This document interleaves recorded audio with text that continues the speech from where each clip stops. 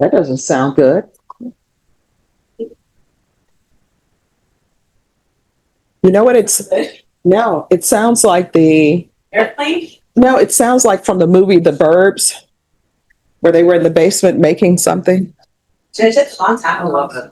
I love The Burbs, right? No, that was awesome. My mom and I watched that again recently. That's one movie I love. There are 3 movies, Jason, that should have received an Oscar. The Burbs,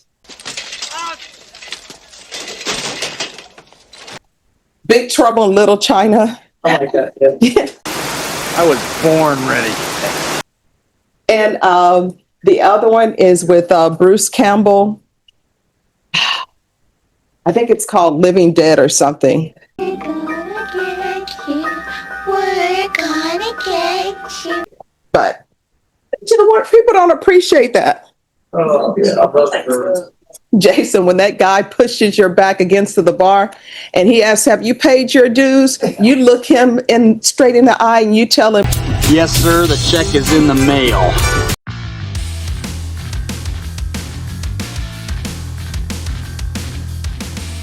is he here? He's here. All right, come down, please. Ready. Morning.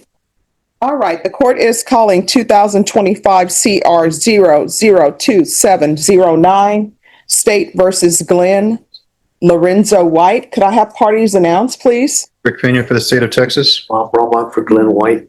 And are you Mr. White? Yes, ma'am. All right, you entered a plea of no contest on May 27th.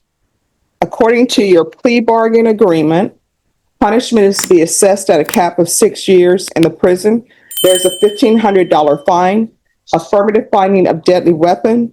This is to run concurrent with 2025 CC 005111, and there's an affirmative finding of family violence. Have both parties had a chance to review the PSI report, state? Yes, Your Honor. Defense? Yes, ma'am. Any objections? No. State? I'm from the state. No Defense. objection. All right. Any witnesses from either side? No. Any witnesses? None from the state. All right, then, state. Let me see, I believe you may be opposed. Just one moment. I was silent, Your Honor. All right, you're solid. All right, you may be excused. Thank you, Your Honor. All right, counsel, I'll hear your argument. Judge, Mr. White's had some issues in the past. He said it's different this time. He spent time in jail. It's developed a new outlook. He told me he's going to follow your instructions. If you give him probation, he'll never be back here again.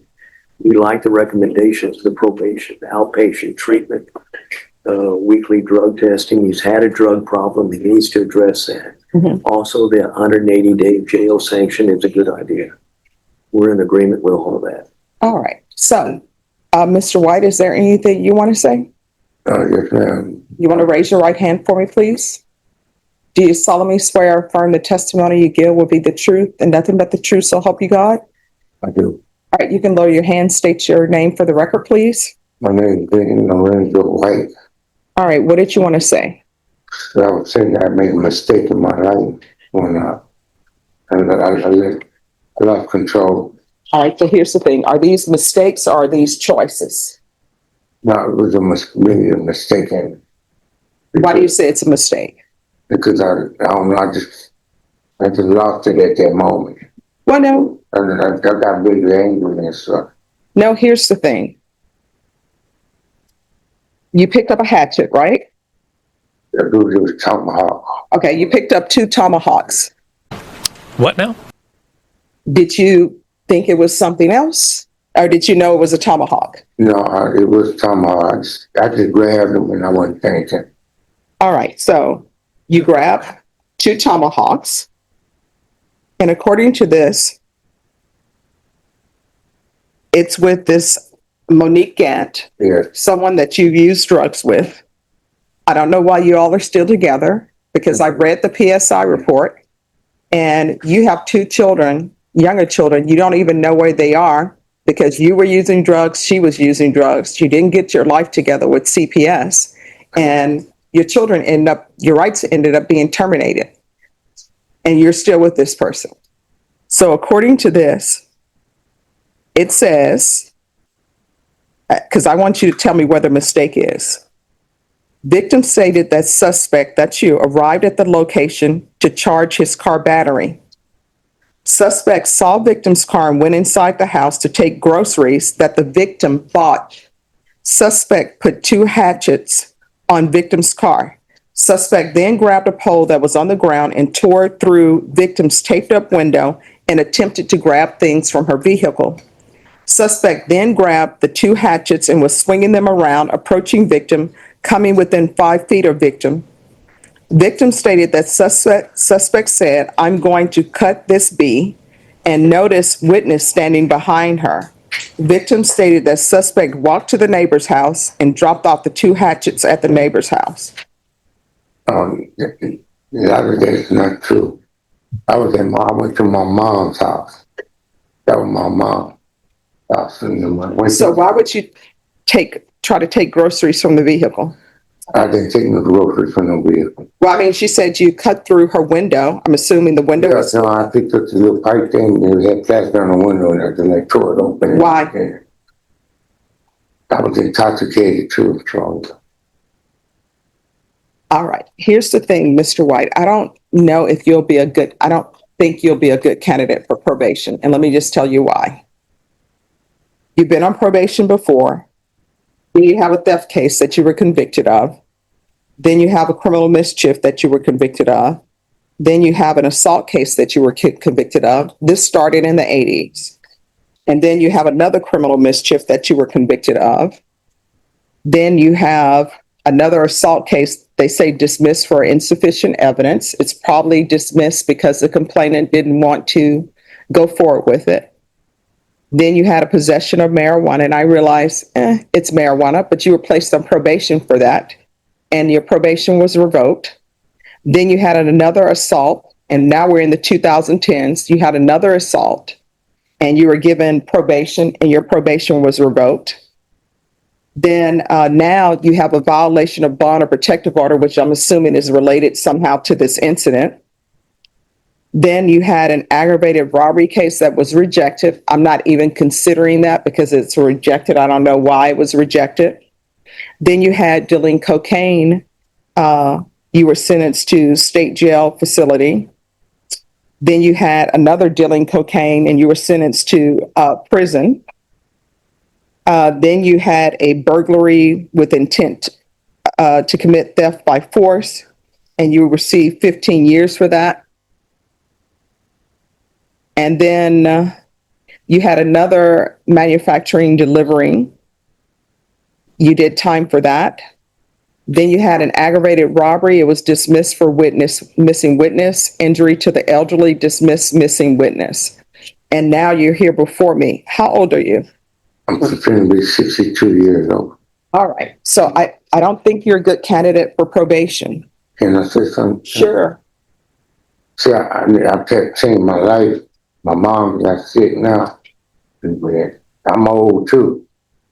And I don't know if I had that much time left in my life. But I really want to see my mom. She's in her 80s. If I go away, she gonna pass away. That's all I have in my life is my mom. All right. So here's my question for you. And I'm not trying to be cruel, but you knew about your mom. Why would you do this, knowing about your mom? Well, my mom just got sick recently since I've been locked up. Mm-hmm. I was just here started since I got locked up. She's been in the hospital in and out about 4 or 5 times. She had a minor heart attack. Yeah. I didn't think it was going to be like this. Well, I mean, these are things we need to consider, right? Yes, ma'am. All right. This is what the court is going to do. The court is finding you guilty. There's an affirmative finding of deadly weapon, affirmative finding of family violence. The court will sentence you to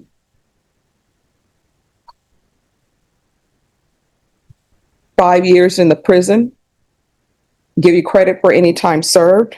This is to run concurrent with 2025 CC 005111. There's an affirmative finding of family violence, and there's to be no contact with Monique Gant, G-A-N-T, and the court will recommend the therapeutic community. Did you review the document entitled Trial Court Certification of Defendant's Rights to Appeal with your attorney? Did you understand it and sign it? Yes.